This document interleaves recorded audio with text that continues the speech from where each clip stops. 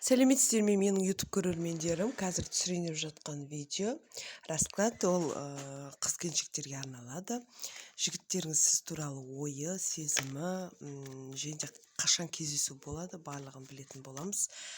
Қазір көрейік. Бірінші жігіттің сезімін көрейік сіз туралы. Жігіттеріңізді естеріңізге түсіріп, есімін іште атап отырсаңыз да болады. Қазір көрейік, жігіттің сізге деген көңілі, сезім бар ма? Сізге деген сезім бар ма? Екеулеріңіз екі жақта сияқтысыздар негізі. Бұл жерде прошлый, яғни өткен арақатынасты көп ойлайды жігіт. Жігіт қазір бір жерде емессіздер, бір қалада емессіздер десем де болады. Және болмаса, бұл жерде общий расклад болғандықтан мен общий айтамын. Бұл жерде жігітке жол түсіп тұр. Басқа қалаға кетуі туралы. Екеулеріңіз екі жақта болу сондай түсіп тұр. Жігіттің сіз туралы сезімі бар ма? Әрине бар. Бұл жерде сізбен жолығуды ойлайды. Жігіттің қолында негізі арақатынасты суытпау үшін, егер де жігіт сізбен қатты отношения, яғни арақатынасты қаласа, онда ол барлығы болады деген сөз. Ал яғни бұл жерде егер де жігітіңіз сізбен бірге болуды қаламаса, онда ол өзінің еркі. Отношениеде жігітке байланысты болып тұр. Негізі сезім бар. Сізбен жолығуды ойлап тұр жігіт. Сіз туралы ойы қандай? Сізді ойлайды, мені ойлайды деп ойлайды, және де жігіт те ойлайды. Мені ойлайды деп ойлайды, және де кездесуді қатты кездескісі келеді менімен деп ойлайды. Бұл жерде қызда ешқандай жаңағыдай отказ жоқ деп ойлайды да. Бірге болуға жаңағыдай кедергі бар деп тұр. Бірге болуға кедергі бар. Сізді қалай деп ойлайды? Связь күтеді менен деп ойлайды. Связь күтеді. Және де айтатын болсам, бұл жерде менен басқа жігіті бар деп ойлайды, сөйлесіп жүрген. Яғни жігіттің ойы сол. Енді қашан кездесу болады? Көрейікші, қашан кездесу болады? Қашан кездесу болады? Бұл жерде екі ойлы жігіт кездескісі келеді. Арада бір махаббат, страсть десем де болады, бар ондай нәрсе. Бұл жерде жігіт семьялы ер азамат ретінде шығып тұр. Екі ойлы болғанда сол. Күтеді, арақатынаста күтеді. Жаңағыдай кездесуді күтеді десем де болады. Бұл жерде кедергі өзінің отбасы түсіп тұр. Ары қарай көрейік.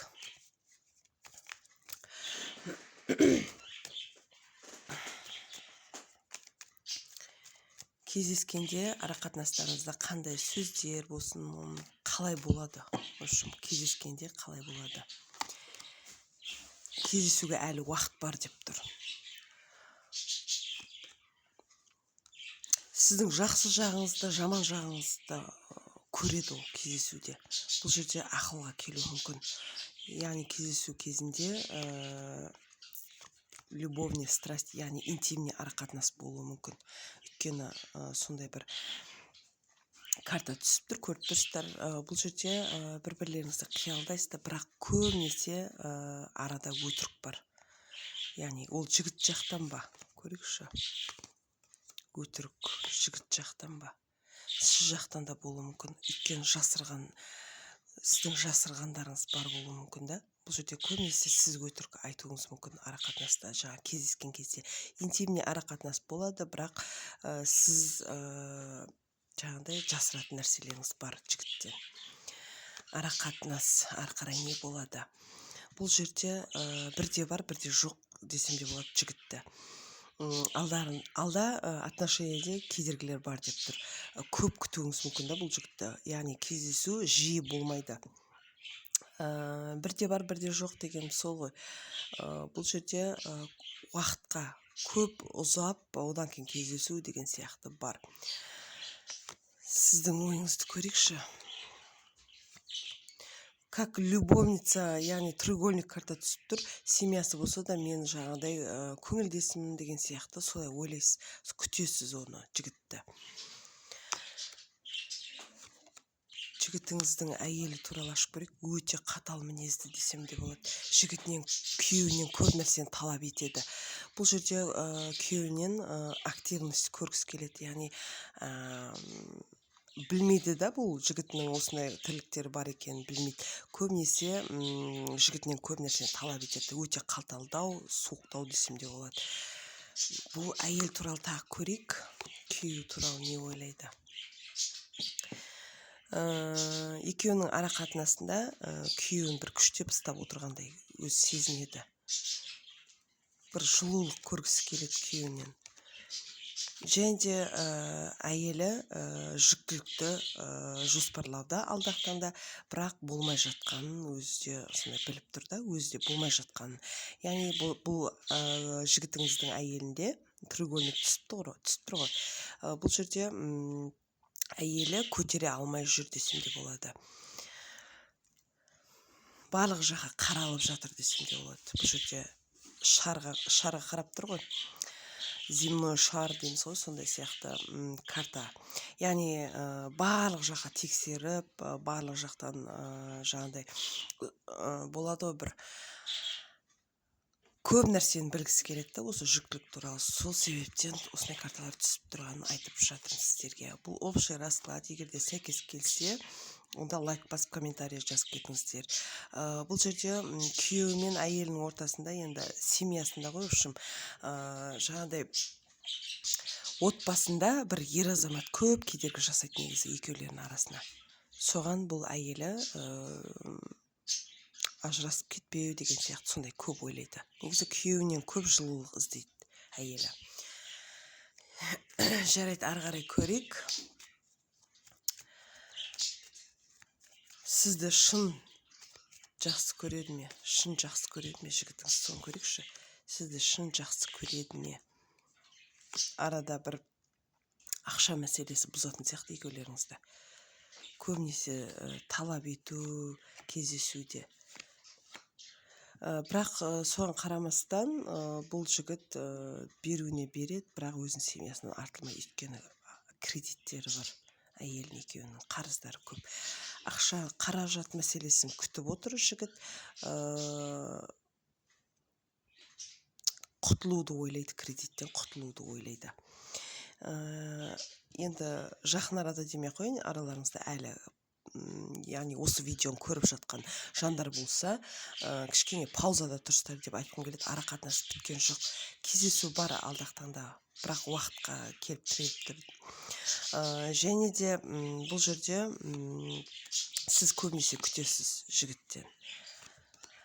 Яғни құпия кездесу, бұл жерде бір жерге бару туралы екеулеріңіздің кездесулеріңіз, бір жерге бару. Яғни бір кез келген уақытта кездесіп, кез келген жерде кездесу жоқ. Бұл жерде құпия кездесуді көріп тұрмын. Егер де жеке расклад аштыртқыларыңыз келсе, менің каналыма жазылып, тіркеліп, лайк басып, комментарий жазып кетіңіздер. Мен әр комментарияны оқитын боламын. Ары қарай көрейік.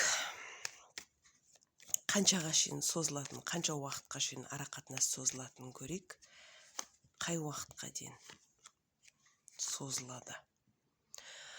Бұл жерде әлі де уақыт бар деп тұр. 3 жыл, 5 жылды көрсетіп жатыр. Мүлдем ара қатынас үзілетін уақыт ол 5 жыл деп тұр.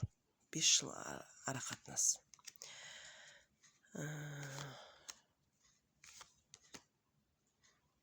Бұл жерде жігіт келем дейді, бірақ өзіңіз отказ жасайсыз бұл ара қатынасқа.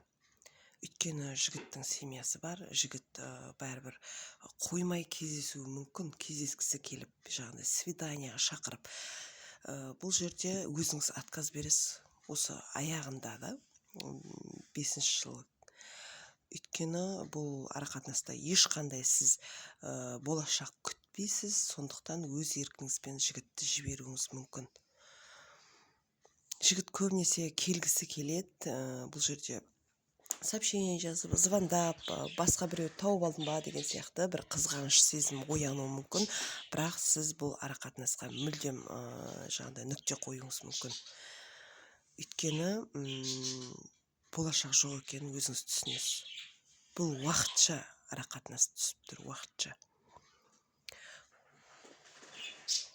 арақатынас. Егер де жеке расклад аштырғыларыңыз келсе, менің YouTube каналыма жазылып, тіркеліп, сообщение қалдырыңыздар. Ендігі келесі видеоға қандай сұрақтарыңыз болса, бір көкейіңізде жүрген сұрақтар болса, жазып қалдыруға болады. Мен сол туралы ашам. Егер де жеке аштырғым келеді десеңіздер, WhatsApp-қа болмаса Telegram-ға жазыңыздар. Общий расклад жасағыларыңыз келсе, общий деп жазыңыз, общий расклад. Ал егер де бір сұрақ болса, бір сұрағым бар еді деген сияқты. Осы картаға қызығушылығы бар, яғни осы картадан осындай карта өзім ашқым келеді деген жандар болса, онда қазір акция болып жатыр. Барлығын Telegram арқылы үйрететін болам курсын. Жазылып кетіңіздер, каналыма тіркеліп кетіңіздер. Сау болыңыздар.